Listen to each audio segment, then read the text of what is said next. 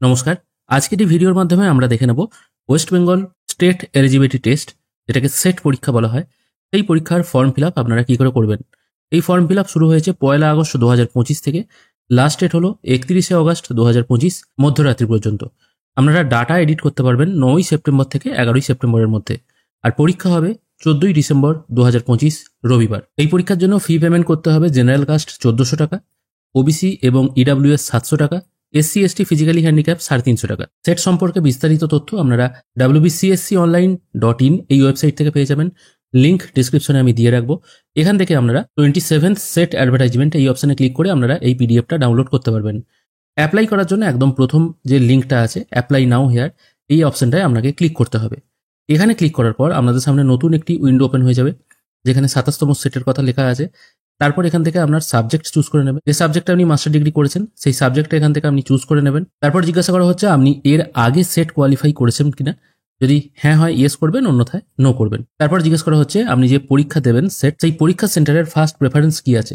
এখান থেকে আপনারা ডিস্ট্রিক্ট শুধুমাত্র চুজ করতে পারবেন, পার্টিকুলার কোনো জায়গার নাম চুজ করতে পারবেন না। এখান থেকে আপনারা আপনাদের ফার্স্ট প্রেফারেন্স এবং সেকেন্ড প্রেফারেন্স দিয়ে নেক্সট অপশনে ক্লিক করবেন।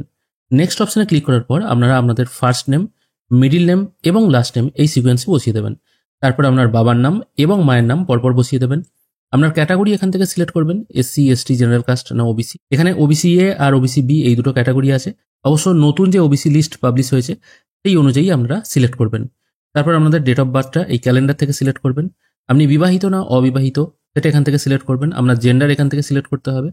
তারপর আপনার ফোন নাম্বার এখানে পুট করবেন। ল্যান্ডলাইন নাম্বার যদি থাকে দেবেন, অন্যথায় দেওয়ার দরকার নেই। ইমেল আইডি আবশ্যিক দিতে হবে, সেটা এখানে পুট করে দেবেন। আধার নাম্বার দেওয়া ম্যান্ডেটরি নয়, না দিলেও চলবে, তবে থাকলে দিয়ে দিতে পারেন। আপনি ফিজিক্যালি হ্যান্ডিক্যাপ কিনা এখানে জিজ্ঞেস করা হচ্ছে। বাই ডিফল্ট এটা নো থাকবে। যদি ইয়েস করেন সেক্ষেত্রে আপনি কি টাইপের ফিজিক্যালি হ্যান্ডিক্যাপ সেটা এখান থেকে সিলেক্ট করতে হবে। এখানে কিছু ডেসক্রিপশন দেওয়া আছে। এবার আপনি কোন ক্যাটাগরির মধ্যে পড়ছেন সেটা এখান থেকে সিলেক্ট করে দেবেন, না হলে এটা নো রাখবেন। আপনার ন্যাশনালিটি বাই ডিফল্ট ইন্ডিয়ান থাকবে। পেজটির একটু নিচের দিকে এলে আপনার পার্মানেন্ট অ্যাড্রেস এখানে ফিল করতে হবে। অ্যাড্রেসের জায়গায় ভিলেজ, পোস্ট, থানা সমস্ত নামগুলো এখানে বসিয়ে দেবেন। নিচের দিকে আবার ভিলেজ আছে, সেখানে আপনার ভিলেজের নাম বসাতে পারেন অথবা সিটির নাম দিতে পারেন। তারপর আপনার পিনকোডটা যেটা হবে বা আপনার ঠিকানার যে পিনকোড সেটা এখানে বসাবেন। তারপর আপনার স্টেটের নাম এখান থেকে সিলেক্ট করে নেবেন। তারপর জিজ্ঞেস করা হচ্ছে পোস্টাল অ্যাড্রেস। যদি আপনার পার্মানেন্ট অ্যাড্রেস আর পোস্টাল অ্যাড্রেস একই হয় তাহলে সেম অ্যাজ অ্যাবাভ করলে অটোমেটিক সবকিছু কপি পেস্ট হয়ে যাবে। যদি আলাদা হয় তাহলে ম্যানুয়ালি ফিল করে নেক্সট অপশনে ক্লিক করবেন। এরপর আপনার রেজাল্ট এখানে বসাতে হবে বা কোয়ালিফিকেশন এখানে বসাতে হবে, যেখানে প্রথমেই লেখা আছে পিজি রেজাল্ট অ্যাওয়েটিং, মানে আপনার কি পোস্ট গ্রাজুয়েশনের রেজাল্ট বেরিয়েছে। যদি বেরিয়ে গিয়ে থাকে কমপ্লিট করবেন, আর যদি রেজাল্ট না বেরিয়ে থাকে পার্সুইং বা অ্যাপিয়ারিং লেখা থাকে সেক্ষেত্রে এটা যে কোনো একটা সিলেক্ট করবেন। সেক্ষেত্রে আপনার পিজির মার্কস না বসালেও চলবে। আর যদি কমপ্লিট হয়ে গিয়ে থাকে কমপ্লিট করে এখান থেকে ইউজি আর পিজির মার্কস বসাতে হবে।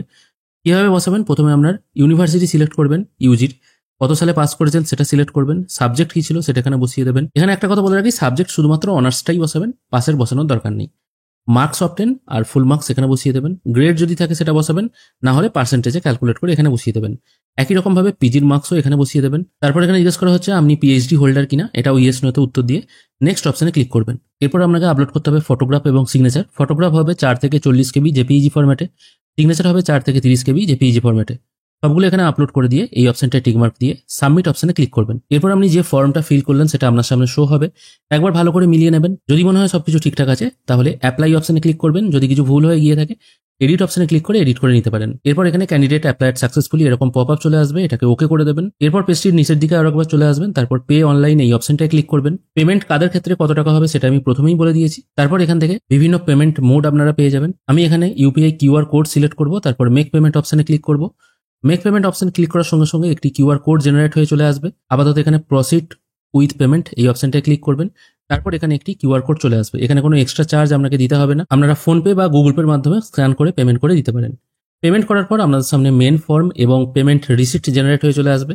এই দুটো অবশ্যই আপনারা প্রিন্ট আউট করে রেখে দেবেন। আশা করি আপনাদেরকে বোঝাতে পারলাম কি করে আপনারা ওয়েস্ট বেঙ্গল কলেজ সার্ভিস কমিশনের সেট পরীক্ষার ফর্ম ফিল আপ করবেন। আর সবার শেষে একটা কথা বলে রাখি, পেমেন্ট যদি ফেল হয়ে গিয়ে থাকে আপনার ব্যাংক থেকে টাকা কেটে নেয়, এখনো অনেকটা সময় আছে। দয়া করে কেউ ডবল পেমেন্ট করবেন না। পেমেন্ট ফেল হলে 24 ঘন্টা ওয়েট করবেন। তার মধ্যে রিফান্ড না হলে বা ফর্মের যদি টাকা পেমেন্ট না হয়, যে ব্যাংক থেকে পেমেন্ট করেছেন সেই ব্যাংকের কাস্টমার কেয়ারে ফোন করবেন অথবা ব্যাংকে একটা চিঠি করবেন, দেখবেন টাকা ফেরত চলে আসবে অথবা ফর্ম ফিল আপের প্রসেস কমপ্লিট হয়ে যাবে। বারবার বলছি, প্রত্যেককে ডবল পেমেন্ট কেউ করবেন না, কারণ 1400 টাকার পেমেন্ট মানে অনেক টাকার ব্যাপার। রিফান্ড এলে তারপর পেমেন্ট করবেন, কারণ এখনো ফর্ম ফিল আপের অনেকটাই সময় বাকি আছে। আশা করি আপনাদের আজকের এই ভিডিও ভালো লেগেছে। যদি ভালো লেগে থাকে অবশ্যই একটি লাইক করবেন। ভিডিও দেখার জন্য অসংখ্য ধন্যবাদ। ভালো থাকবেন।